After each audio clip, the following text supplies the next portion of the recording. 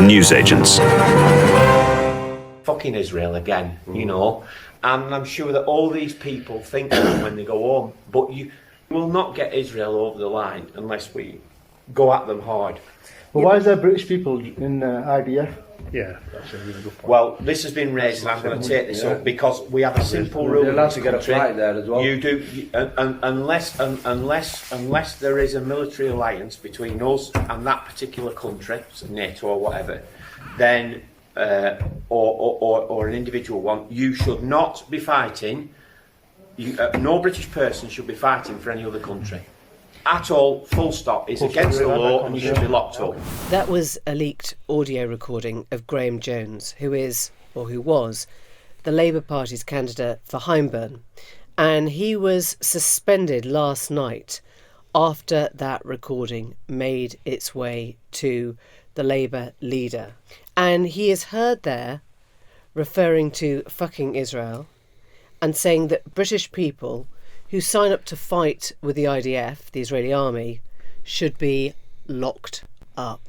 This is turning into the week from hell for Keir Starmer and for the Labour leadership. The worst week politically they've endured for a very long time. The front pages are full of talks of crisis, of a spiral, of a leader who has allowed a situation to run out of control. And there are some polls, which could be quite worrying for the party, showing that this could all be having an impact on Labour's standing.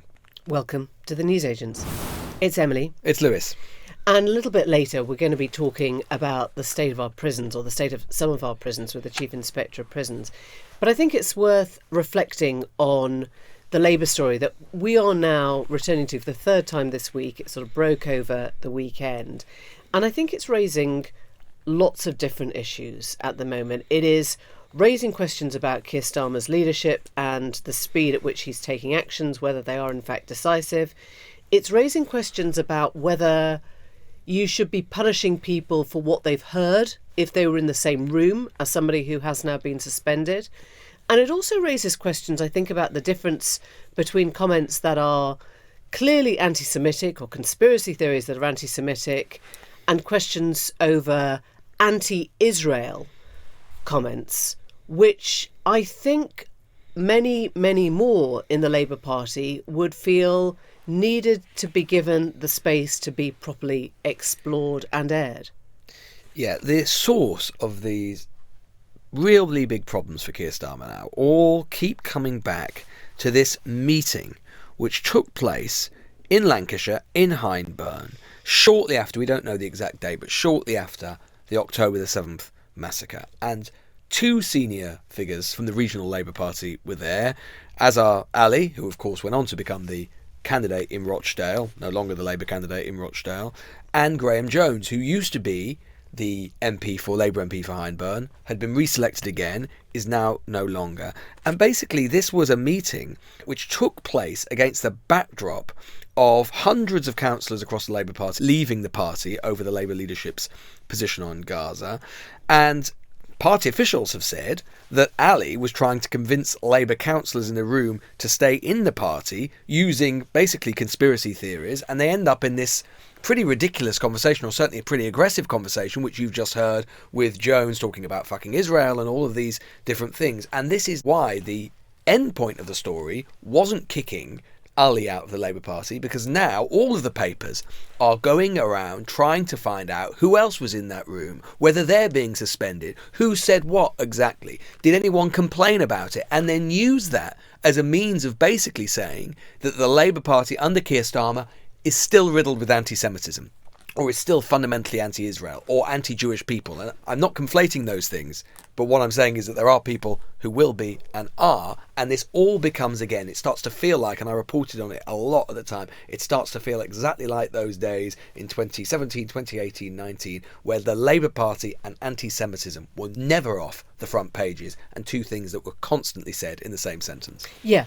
I mean, I think, just to go back to Graham Jones's comments for a moment, and to clarify where we are factually, it is not clearly illegal for people to sign up and fight with Israel. And I think it sounded like in his mind he was sort of conflating it with, ISIS or with Syria or with, the Shamima Begum story, where if you left the country to go and fight for a sort of foreign army, then you should never be allowed back in, you should be locked up. That's, in my head, what I think the confusion was.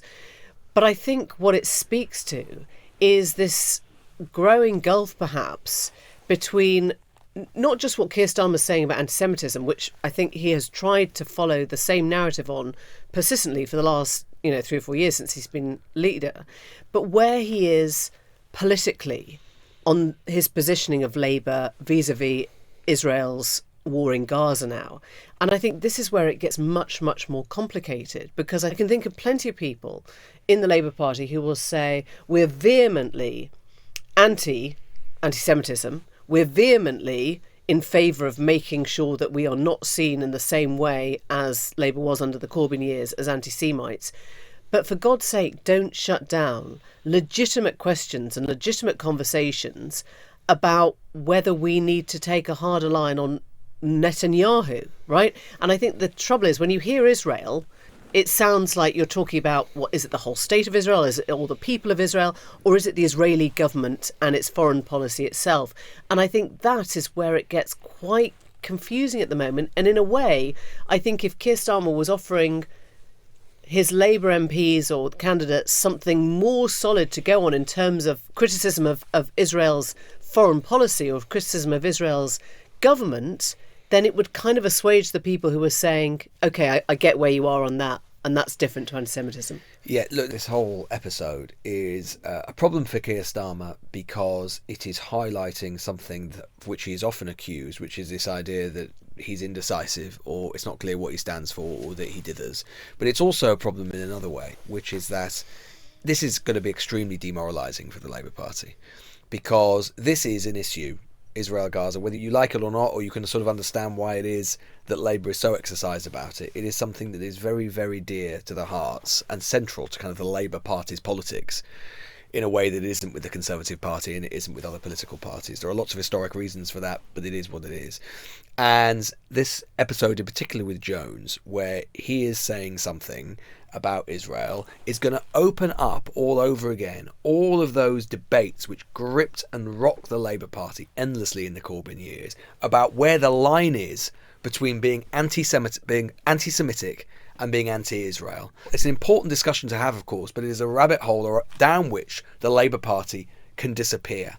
And there will be critics to Keir Starmer, and I've spoken to some of them this morning, who are on the left of the party, who are quietly satisfied with this, because what they say is that this whole prism through which you see politics, which gripped the Labour Party, as I say, during the Corbyn years, this was the stick they think that was used to beat them with. They think that there was a debate to be had about what constitutes anti-Semitism and what constitutes being anti-Israel, and that Starmer's faction of the party used it against them mercilessly. And now there is an element, they think, of live by the sword, die by the sword, in the same weapon, the same debate, the same charge is now being levelled against Starmer and his leadership. And it makes his room for manoeuvre, as we were saying a couple of days ago, on the Israel-Gaza question, even tighter than it was already. Yeah, what I would say, though, is that if you're looking at the party itself and the discipline we've seen in the last week, that has been extraordinary. I mean, we know how hard it's been to get a Labour voice on, and it isn't normally, right? We have not managed to find a disgruntled backbencher.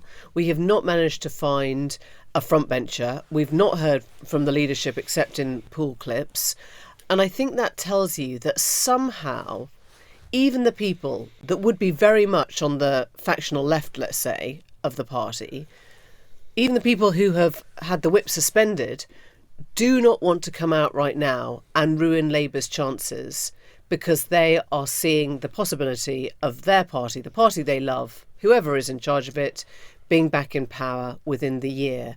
And I suppose it does speak to whatever Keir Starmer has managed to do in recent months, that he's actually kept people together enough to get him through this week without, the leaks. I mean, I don't know how, maybe by the time you're hearing this, there will be more voices coming forward and more leaks and all the rest of it. But it does seem to me that this is a very disciplined party in a way that it hasn't been for years. I mean, the truth is about the Labour Party is that if you try and seek consistency in the Labour Party and how it deals with individuals, you will be a very, very frustrated and annoyed person, and you will not have much joy.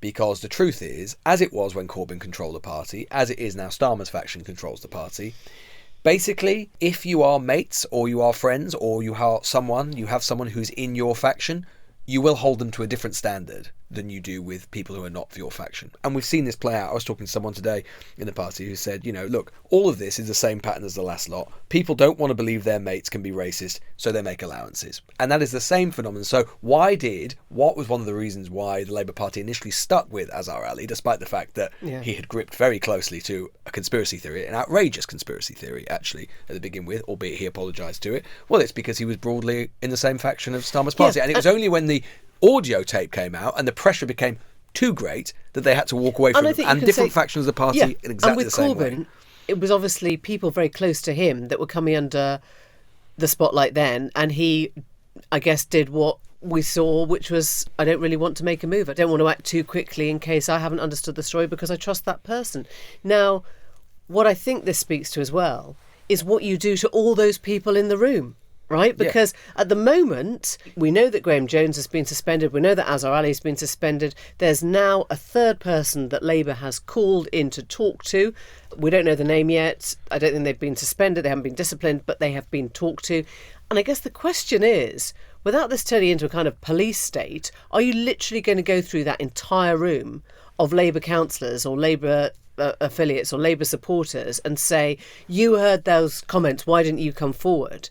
And what kind of leader does that, right? I mean, are you actually going to penalise everyone in the room who didn't speak out? Because then you're into really dodgy ground, which is, are you getting suspended for being spineless? Yeah. Are you getting suspended for slightly cowardly or embarrassed behaviour? Because they're going to end up with nobody left. And they end up being very arbitrary. I mean, the other reason why it's a problem for Starmer is that if the Labour Party isn't going to be going through every single person in that room and finding out what they said, as I was alluding to at the start, Daily Mail probably you can bet your bottom dollar that the Daily Mail, the Daily Telegraph, all the websites, blogs, you name it, are going to be doing that. Yeah. And that is the dynamic that is now at play, just as it was in the Corbyn years. Virtually every newspaper reporter at the moment is going to be resurrecting, going through all their old contacts that we all made during those CLP years, these constituency Labour parties in the Corbyn years, and trying to find some equivalent, because lots of CLPs will have been having these debates since October the 7th, because, as I say, it's something that the Labour Party cares about, and they will be having motions and discussions and resolutions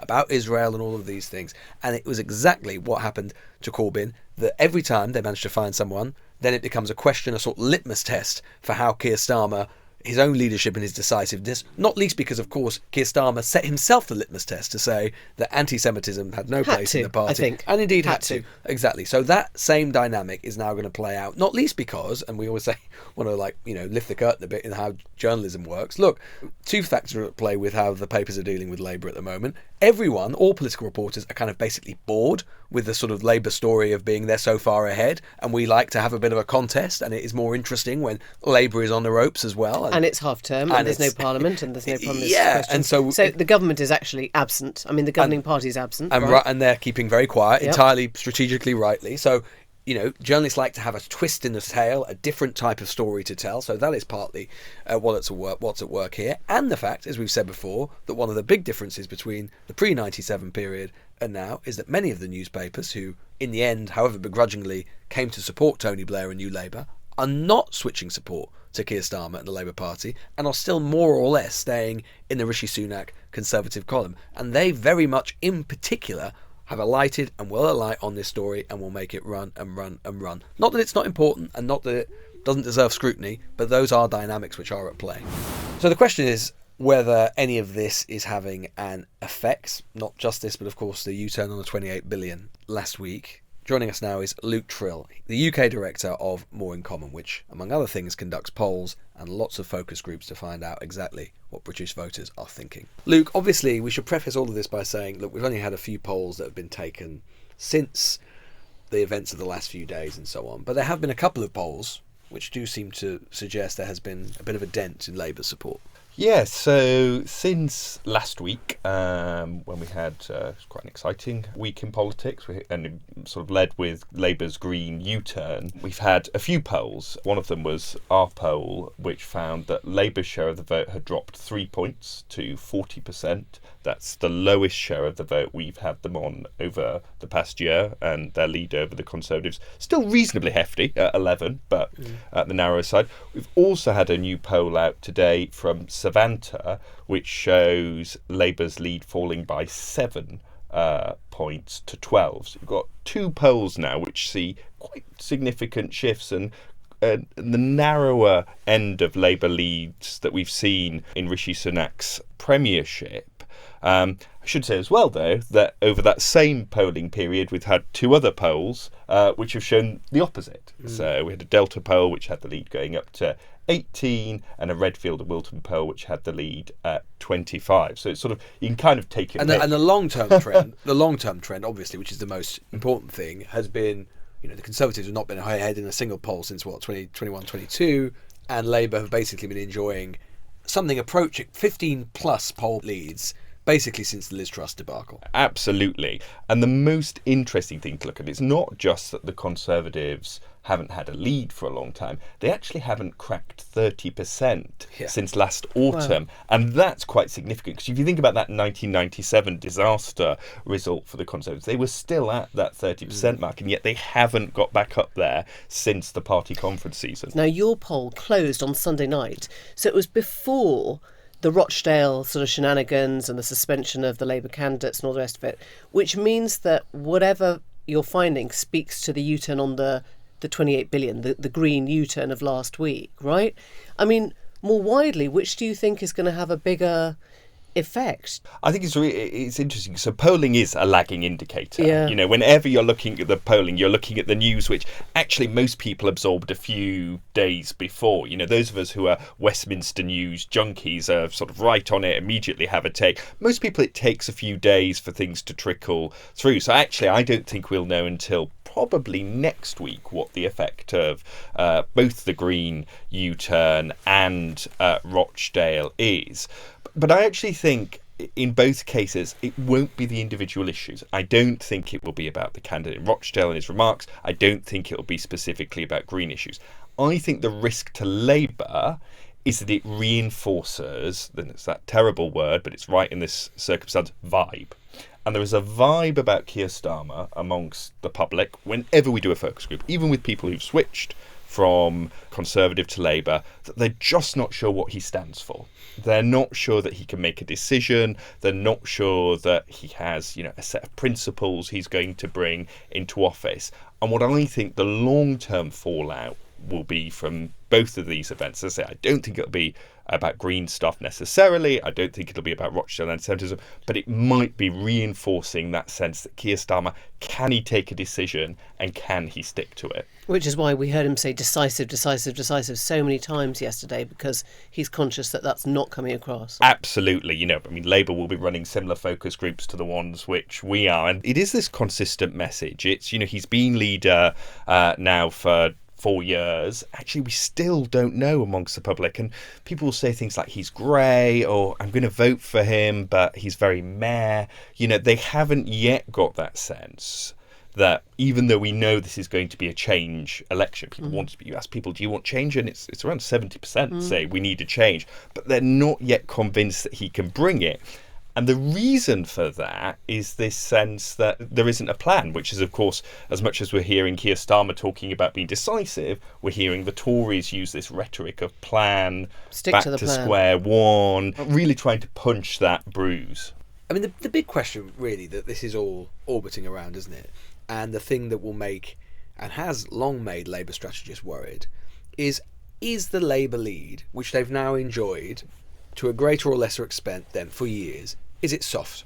Do you think the Labour lead is soft? I think it would be unprecedented for the scale of the Labour leads that we've become used to seeing persisting through to the election. You would expect to see some degree of narrowing. What we don't know is how much, and it would also be unprecedented for it to erode entirely. It would be unprecedented. There is, the Conservatives haven't come back from this type of deficit to win an election. So, I think they're in a strong position, and we do see that Labour lead not just borne out in polls, but we see it in by-elections. Look at Tamworth. We've obviously got Wellingborough and Kingswood coming up. So there is this sense that there's time for change.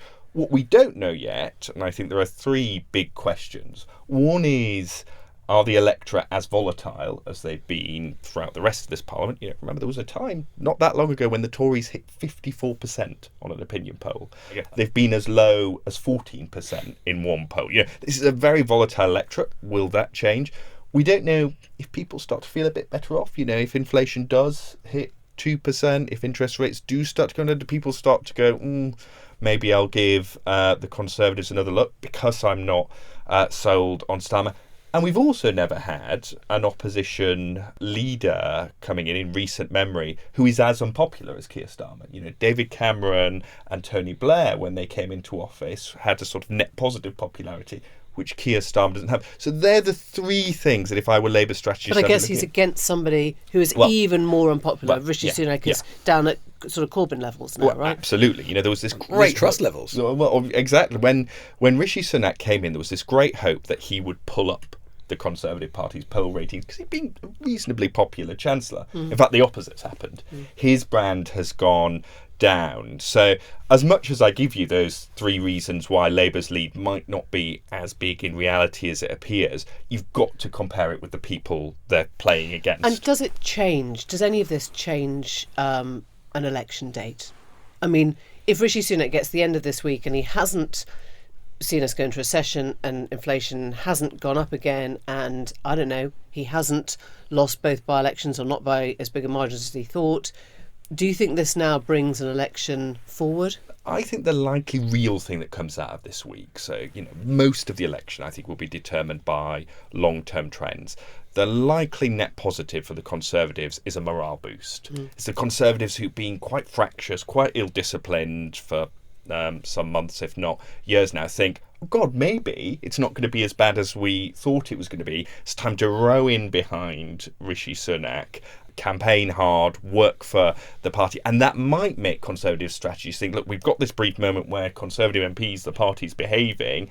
Actually, let's go for an earlier election and capitalise on that, because we don't know what the next thing which blows them off course is, whether it's, record number of boats coming over this summer, whether it's further by-election losses. The counter, of course, is that, the Conservatives might think, well, we'll get a plane off the ground to Rwanda if we wait. That would certainly be true if there were more polls like these, which showed suddenly the Labour lead were at 10. Because you can imagine a situation where if the Labour lead were at 10, you can recover that in a campaign. You can't recover a poll lead of 20, unless you're Theresa May and Jeremy Corbyn in 2017, of course. But it's unlikely, right? I think what you would have to see is the Conservatives outperforming expectations in these two by-elections and significant blue water between them and Reform UK. I think that's going to be really key for the Conservatives. So Reform now grows in the public imagination, or in the pollsters' imagination, into a much more important political force. Well, absolutely. I think the most interesting thing, I think we can predict the likely result of this week's by-elections. They should, based on trends, be Labour gains. But the interesting question, the one which all of us in polling world looking at, is what happens to Reform UK? Because we've seen them, in some opinion polls, they're at sort of 12, 13% now. We haven't seen that matched in any actual real election performance, which has led some of us to sort of think, is this just people who do opinion polls be more engaged in clicking Reform? If we get to Thursday night and the result shows that Reform have underperformed, I think the Tories breathe a sigh of relief. They think this threat isn't what we thought it is. On the other hand, an overperformance, I think, starts to ring more alarm bells, actually, than anything else we've seen this week. All that said, I should say, we went to Wellingborough for all that we talk about, the latest political developments, Rochdale, Nobody green knew investments. There was a by-election. They knew, in this case, they knew there was by-election, but all they wanted to talk about were the NHS. I heard from someone who literally that day had an appointment he'd been waiting 10 months for, cancelled. Had someone else saying she'd cancelled Sky, she'd cancelled Netflix, and was genuinely panicking about the new council tax bill coming in. For all of this Westminster froth, they're going to be the fundamentals which determine and the election. what did your focus group come up with for Wellingborough? What I would say is in all of the focus groups that I've done, which is a lot in this Parliament, it was the worst for the Conservatives that I've sat in on. And even the people who are more sympathetic, there was one woman who very kindly said, I don't think that they're bad people. I think they're trying. I just don't think they're very good at it. I think there is this real sense that Rishi Sunak, they've given him a chance and they don't think he gets it. And it's not just his wealth, but there's this new thing which has crept in, not just in that focus group, but others we've done, that he's not very strong. People think he doesn't, he doesn't actually do anything, that he's very good at being kind of, as someone put it in the group, kind of jazzy on TV. But then actually when well, no, that's what they said. They said, he's very good at doing TV, but then he doesn't do anything. Right. And that sort of do nothing PM thing isn't something that you heard 6 months ago, but he is. We didn't hear that about Liz Truss. I mean, if there's one thing you can say about Liz Truss, nobody. She did a lot. She did too in much. Very little time. Yeah. Luke, great to see you. Thanks. Thank you. We don't often talk about prisons on this podcast, but it has been laid bare to us in a report that's out today from Charlie Taylor, who's the Chief Inspector of Prisons. And he is a man who, whilst often candid, is pretty measured in what he writes and what he finds. But the words that he has come out with in this report are frankly gobsmacking. He talks about cockroaches and raw sewage. He talks about damp and rot in the walls. He says that in the one prison that he's writing about, specifically Bedford Prison, it is the worst he's ever seen. Abuse has gone up, drug use has gone up, and people who are often reeling from mental problems are locked in cells for 23 hours a day, and it is squalor. It is proper Victorian squalor. And I guess the question is, how do we as a society respond or feel about that when we know that the Justice Secretary, Alex Chalk, is talking about the need to lock more people up for more crime? Yeah, and it is something that is not going to get that much attention at the general election because it never does. Prison policy rarely does because there are so many other demands on the public sector. But as Charlie Taylor says in this report, if our prisons are truly going to protect the public, then they must be able to play their part in supporting men and women to move on from offending. Penning people in squalor for 23 hours a day with no meaningful access to education, training, work, to fresh air, exercise is not going to achieve that, as the levels of violence and self-harm at Bedford attest. And that is to say nothing about the terrible conditions, which include rats and so on, that he writes about in this report, specifically about Bedford. But as he says, he could be talking about many other institutions on the prisoners' estate. And I guess the question is, it's very easy, isn't it, to kind of say, well, of all the people in society that I care about, prisoners are not top of the list. Why should I care about prisoners? Why should I really care about the conditions in which they're living? They brought it upon themselves, blah, blah, blah. And I guess the answer to that is because the way prisoners are being treated at the moment makes it more likely that they will, conversely, ironically, reoffend. As you say, they're not getting training, they're not getting education, they're not getting jobs, they're not even getting fresh air, they're more likely to go onto drugs, they're more likely to spiral into depression and mental health difficulties, which then makes it even harder for whatever happens to them outside prison, which leads into more crime quite often and return to prison. So I guess the question is, or the answer is, why are we doing that today? Because it is not something that just affects prisoners, it affects communities, it affects all of us as to what happens when they're on the outside as well. Well, Charlie Taylor, His Majesty's Chief Inspector of Prisons, joins us on the show now. Charlie, thanks so much for coming on the show. Just tell us about the report that you've got out about, I think it's Bedford Prison in particular, isn't it? Well, this is one of the most worrying reports we've put out, not least because Bedford is a jail that's been in difficulties for many years. It's a crumbling Victorian local prison in which conditions are pretty horrendous. I walked into one cell where there were 3 young men who were isolating from other prisoners because they were frightened of getting beaten up. And I opened the door and the smell of mould was so overwhelming that I almost passed out. And they showed me at the back of the cell there was black mould all over the walls, that they actually felt damp to the touch. Or down in the segregation unit, which is underground and is due to have been replaced for years but never has. Every time it rains very hard, raw sewage was coming up through the floor, and prison officers were actually having to walk around in Wellington boots in order to protect themselves. Sorry, so raw sewage was coming through the floor when it rained? Indeed, into the segregation unit, who you've got prisoners, some of whom have got serious mental health problems, who are extremely unwell, who potentially are a risk to themselves, a risk to anybody around them, and ought to be stuck waiting in the pipeline to get into a secure hospital where they ought to be put. You obviously and your colleagues have been inspecting the prison estate for a long time, and you know better than anyone that prisons always struggle to attract funding when there are so many demands on the public sector.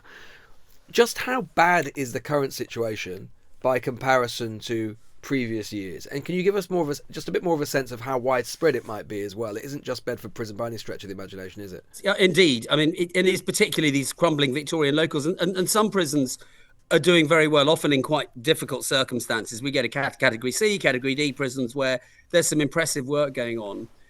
But fundamentally, if you give taxpayers the option between funding the health service and funding education, or diverting more money towards prisoners, we wouldn't be surprised by the answer that most people gave. But at the moment, it costs nearly 50 grand a year to keep someone locked up in prison. So there's a huge cost. As the prison population grows, and it's expected to grow by around 12,000 in the next few years, that's an enormous amount of money that's going to be needed to be found just in order to keep these prisoners locked up. And my point really is, are we getting value for money? Because if prisoners aren't getting any sort of access to work, training, education, skills, if they're not getting access to the sorts of rehabilitation work that's going to make them less likely to reoffend when they come out, then actually what we have is just a revolving door of prisoners coming in, coming out, released homeless, back into drug taking, mental health difficulties, and then back into jail again. What is happening to prisoners right now? I mean, in terms of, I think you talk about drug consumption and people who haven't used at all until they come in. What effect is prison, and these prisons in particular, having on the people in our society who are reoffending? If you're locked in a cell for 22 hours a day, with a cellmate who you don't know, you've got a unscreened toilet in the corner. You're living out your life in the company of one other person. You're not getting out for any education training. You're spending most of your time just behind your door. And someone offers you drugs in order just to pass the time. They call it bird killers in prison. It kills the bird.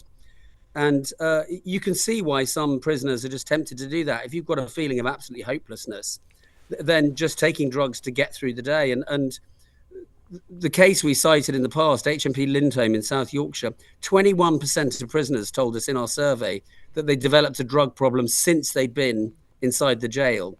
So not only have we got loads of drug users coming into prison, but we're also developing a new cadre of drug users within prison who are going to go out and potentially create havoc in their communities as they become addicted themselves, with all the follow-on that comes from that. Charlie, the conditions that you're describing, the infrastructure, poor infrastructure, sounds appalling. Do you think that it poses a risk to life? Well, I think these places they're just extremely hard places to run. Officers often doing an amazing job, but run off their feet under huge amounts of pressure.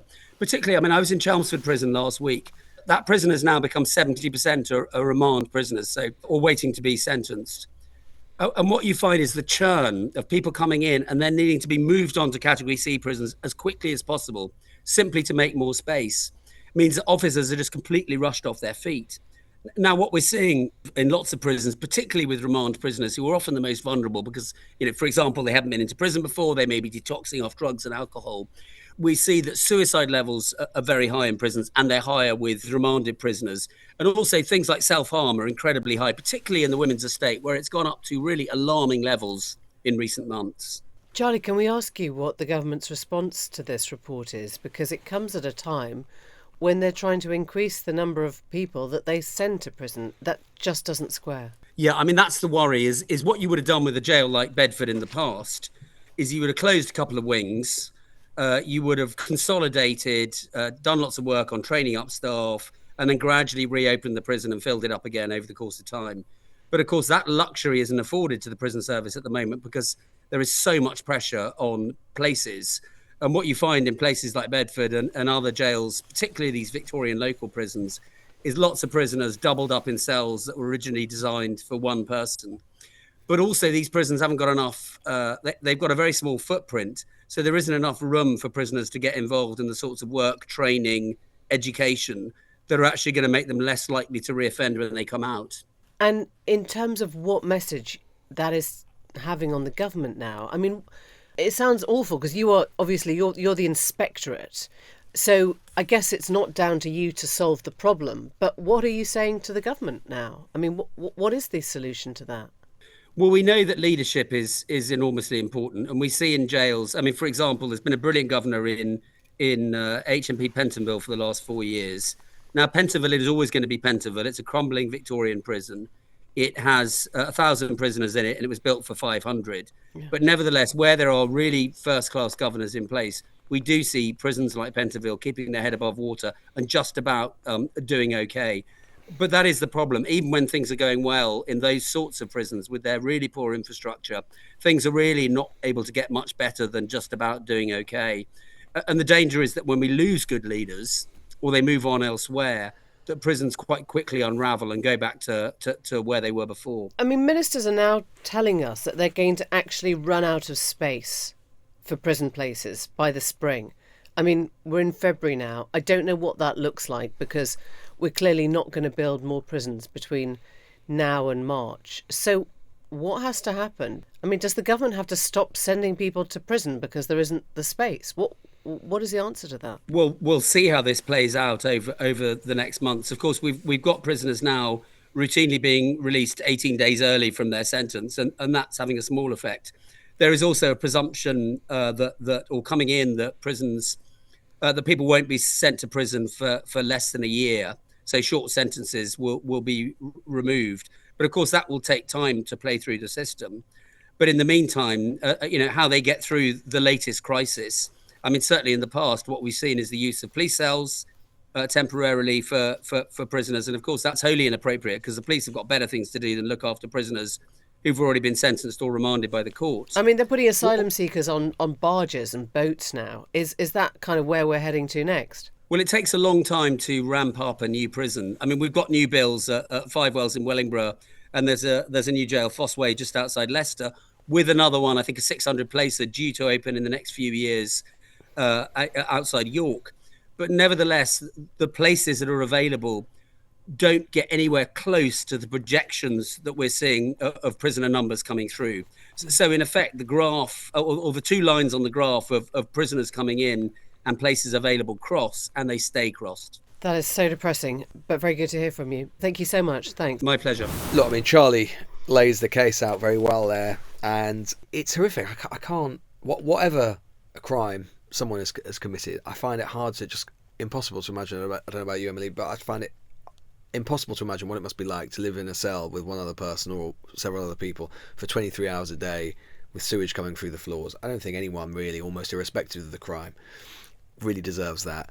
But I can guarantee one thing, which is that I don't think anything will improve. Whatever the Inspectorate says, whatever Charlie says, whatever campaigners say, very little is going to improve between now and the election. And I suspect, to be honest, not much after it either, because, again, it just goes back to that same thing. In an era in particular where the demands on public spending are so acute, even though you're absolutely right what you said at the start, in the long term it can realise gains because you're likely to reduce reoffending, but it's just something that the public don't see immediately. Yeah, well, in fact, the government committed to spending on prisons $3.75 billion. I mean, that's something that, we don't sort of think about at all. Nearly £4 billion to deliver 20,000 new prison places. This was pledged about 3 years ago. But because of the backlog to refurbishment costs, that's crept up now to nearly $1.5 billion. And I think the problem is, and listening to what Charlie Taylor was just telling us, clearly you can't build a prison overnight. Alex Chalk says it's about planning reforms. And he's also talking about the need to find more places for more prisoners as the population, I guess, grows. But we're going to be in a place, right, within months where the government are having to rethink once again what sentences are custodial, how long those sentences can be, based on nothing to do with the law, nothing to do with the justice system, and everything to do with planning applications and accommodation. I mean, the figure that he mentioned there, which is just so shocking, is the figure of how much it costs per prisoner. I mean, 50,000 per prisoner. I mean, you compare that to how much we spend per state school pupil in England. I remember David Cameron. 7,500. Do you know what? David Cameron once did a speech in one of his sort of first big speeches as the Conservative leader of the opposition, where he compared Eton to Feltham. Bizarrely, Feltham, the Young Offenders Feltham is the Young Offenders Institute, and he kind of embraced the fact that he himself had been to Eton, and it was the sort of Nadine Dorris, the posh boy, had every privilege in life, and he said, "Yes, I absolutely did, and I'm not even going to pretend I didn't." But actually, look at what we spend on Eton, and look at what we spend on Feltham, and my priority. This is a long time ago. This was sort of 2009, I guess. My priority is to make sure that we have fewer people in Feltham because that costs the same. It's absolutely crazy. Yeah, and it wasn't long after that period when he was leader of the opposition that we did have, for the first and only time that I can really remember, and certainly over the long course of this government, we did start to have quite a big conversation about justice. When Ken Clarke became Justice Secretary at the very start of the coalition government, he said that he wanted to be the kind of rehabilitation Justice Secretary. He wanted to rethink that prison doesn't work, which obviously setting himself up against his old colleague Michael Howard, who when he was Home Secretary famously said in the 90s, prison works. And there was this conversation suddenly about it, and he was removed from that, replaced by Chris Grayling among others. And then from there on, we've basically just reverted to the old conversations and old tropes about prison and penal policy and so on. And we really haven't had a particularly thoughtful conversation about it since, but maybe we need one. Now, Emily, I'm a little bit worried. I'm a bit worried that we haven't heard from John for the first day this week. We are sending out the search parties. If you have cited a lesser spotted soapal. He's not lesser spotted, the very much spotted soapal. Very much spotted. In budgie smugglers or Speedos. Or big rubber ring, big unicorn rubber ring. Armband, something like that. We just want to hear that he's okay. Yeah, we just want to hear he's safe. We just want to hear he's safe. Hasn't been bitten by a spider. All we just want is one phone call. Or a photo. Thank you. That's all we want. So Thanks, if you see him on listeners. Bondi Beach or wherever he is, just let us know. Bye. Bye-bye. The Newsagents. This is a Global Player original podcast.